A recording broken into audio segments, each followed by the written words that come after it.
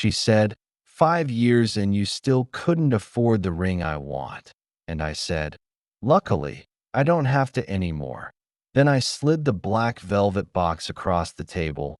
Her smile lit up, triumphant, greedy, sure she'd finally won. She thought I was about to get down on one knee, prove her right in front of our friends, hand her the trophy she'd been demanding for half a decade. But when she opened it, there was no ring, just a single folded piece of paper. And in that moment, after 5 years of silence, sacrifice, and spreadsheet after spreadsheet, I walked away, not broken, not angry, but finally free. Because here's the thing I didn't tell anyone until now. I had bought the ring. I had saved every penny. I had the house down payment ready. I had the perfect 3-carat diamond, exactly what she wanted. From the jeweler she'd circled in her dreams, I didn't flinch when I saw the price. I treated it like any other engineering project. Long-term, methodical, no room for error. I'm an engineer. My brain doesn't work in impulses. It works in plans. So when Chloe and I first got serious, I didn't just talk about marriage. I planned it. I opened 2 accounts. One for the ring, one for the house. Every dollar I saved for her dream ring, I matched with another for our future. I drove a 12-year-old Honda. I packed peanut butter sandwiches to work. I skipped bachelor parties, ski trips, even concerts, not because I didn't want to go, but because I was building something bigger. And all that time, I paid for our apartment, covered half of every vacation, bought her designer bags when she needed them for her brand. I didn't mind. Not at first. I thought I was investing in a partnership. But looking back, I wasn't building a life with her. I was funding a lifestyle for her. And she saw my discipline as weakness, my patience as cheapness. The last year was a slow erosion. The jokes got sharper, the side eyes during dinner when I checked my budget app, the way she'd post pictures of her friends' engagement rings with captions like goals. I told myself she was just excited, that she still loved me, that we were on the same page. But we weren't. We weren't even reading the same book. And then came our 5th anniversary. I picked a nice restaurant. Our closest friends were there, both couples who'd watched us grow together. I had the ring in my pocket. The house offer was in my inbox. I was ready to propose, privately. Later, somewhere quiet, I wanted it to mean something. The night started warm. Wine, laughter, stories. We were relaxed, happy. Then her friend Jenna leaned in, smirking, and said, so, Chloe, 5 years? Is Kevin ever gonna put a ring on it? Chloe didn't hesitate. She turned to me, smiled that perfect Instagram smile, and said, loud enough for the whole table, 5 years and he still couldn't afford the ring I want. Maybe by year 10, right, babe? The table went silent. My friends froze. Hers giggled, nervous, complicit. And in that second, something in me shut off. It wasn't hurt. It wasn't embarrassment. It was clarity. Because in that moment, I realized the ring wasn't about love to her. It was a status update, a flex, a trophy she hadn't received. And she was mad I hadn't handed it over. She wasn't waiting for a proposal. She was waiting for a payoff, and I had just been publicly invoiced for my failure to deliver. So I smiled, calm, cold, and I said, luckily, I don't have to anymore. Then I pulled out the box and slid it across the table. She opened it with shaking hands, expecting victory. Instead, she found a receipt, not a letter, not drama. Just facts, a printed, itemized list titled 5-Year Financial Review. It broke down every dollar I'd spent on her over the last 5 years. Her company car down payment, $5,000. Her half of Italy, $3,850. Her maxed out credit card, $7,200. Designer bags, shoes, spa days, $8,500.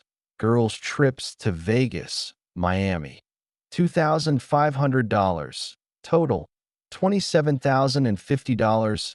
And at the bottom, cost of requested engagement ring, $26,500.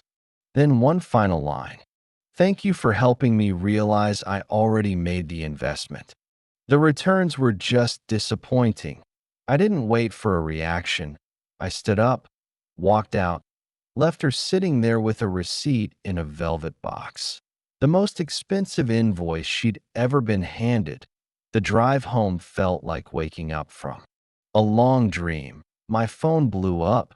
Calls, texts, voice messages. What the hell was that? You ruined everything. Come back and fix this. I didn't answer. I went to my office instead, sat in the dark, opened my laptop, and started dismantling the life I'd built around her. Closed the joint savings account, transferred the house fund to my name, canceled her card, changed the locks. By the time she showed up the next day, furious, confused, still wearing that same designer dress. The game was over. She pounded on the door. You have 5 minutes to explain yourself. I leaned against the frame and said, I don't need 5 minutes. That paper explained everything. We're done, she screamed. You're breaking up with me over a joke? After 5 years. I said, it wasn't a joke, it was an invoice, and I've decided the price is too high. She thought I was bluffing about the eviction. I wasn't. 1 week later, when she still hadn't moved her things, I hired a moving company, packed every last suitcase, shoebox, and framed photo, delivered it all to her parents' house. No drama, no yelling, just logistics. And when I came home to an empty apartment that night, it didn't feel lonely. It felt clean, like I'd finally removed a virus from my system. But here's the part that haunted me. The real ring, I still had it, locked in my closet safe, 3 carats, flawless, the exact ring she'd wanted. I'd held it in my hand so many times, imagining the moment I'd place it on her finger. Now, it just felt cursed, like a monument to a lie. I had kept my end of the bargain. She hadn't. She wasn't a partner. She was a tenant who expected upgrades on demand. So I did something symbolic. I went back to the old jeweler, a quiet man in his 70s who'd crafted the ring with care. I told him the whole story. He didn't judge, just nodded and said, I've seen this before. Love shouldn't come with a price tag. I asked him to take the diamond out, then melt the platinum band down and forge it into something new. A simple money clip, no flash, no sparkle, just solid, functional. Mine, the diamond. I had it set into a delicate necklace, not for a girlfriend, not for a future wife. For my sister, she'd been my rock through all of it. Single mom, working double shifts, never asking for anything. When she turned 40, I gave it to her. No strings, no expectations, just love. And for the first time, I saw a diamond mean something real. As for me, I made a decision. I took the house down payment, $80,000, and invested it in myself. Quit my stable engineering job, started my own consulting firm in a niche I actually cared about. It was a risk, but for the first time, I wasn't afraid of losing something because I wasn't building it for someone else. I was building it for me. 2 months ago, we landed our first major client. To celebrate, I went out, alone, to a small neighborhood restaurant. That's where I met Kate. She was my server, single mom, nursing student, working 2 jobs, saving for her licensing exam. We talked for an hour. Not about money, not about status, about books, about resilience, about what it means to start over. She didn't care about my job, didn't care how much I made. She said, "I'm impressed you had the guts to walk away." We started dating, no grand gestures, no designer gifts. We split the check, cooked dinner together, talk about our futures, not as a list of demands, but as a shared plan. For the first time, I wasn't funding a fantasy. I was living a real life. And then, last week, fate handed me the final chapter. I was at a charity fundraiser for a children's hospital. Kate was there with her nursing school friends, and across the lawn, Chloe, on a date with a man who looked like he could be her father. He wore a watch that probably cost more than my first car. She saw me. Her eyes darted to Kate, sizing her up, then to my wrist, looking for a Rolex, a Patek, anything to measure my success. Then she looked down. I was pulling out my wallet to buy a round of drinks, and I used my money clip, the simple, elegant platinum one. I saw it happen. The exact second she recognized it, her face went pale, her smile, fake, brittle, just like on our anniversary, froze, because she knew that sleek, polished strip of metal holding my $20s, that was her dream ring, melted down, repurposed, now funding my life. Not hers. She turned away fast, pulled her date in the other direction. And I didn't feel anger. I didn't feel pride.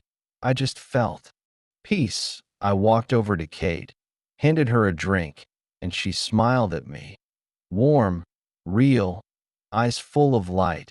In that moment, surrounded by music, laughter, and good people, I realized something. I was richer than I'd ever been, not because of the money, not because of the business, but because I finally understood the truth. The most valuable things in life don't come in velvet boxes. They come in quiet moments, in shared struggles, in knowing you're seen, not for what you can give, but for who you are. And that's a ring you can't buy, but you can earn, and I finally did.